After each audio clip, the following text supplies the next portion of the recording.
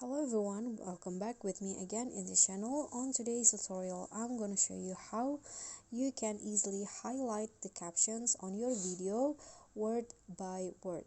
So here I've already imported the video on CapCut and I'm going to just use the auto captions first. Okay, I'm going to just add the caption first into the video.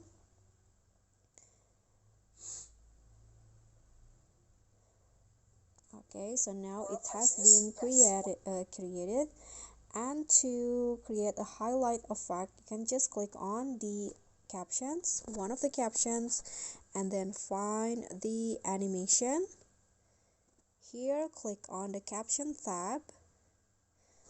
Okay, and in here you can just scroll down until you find the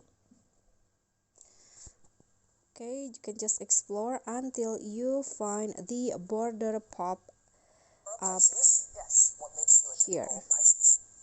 Click on a check icon and now you can see the caption is highlighted word by word like this.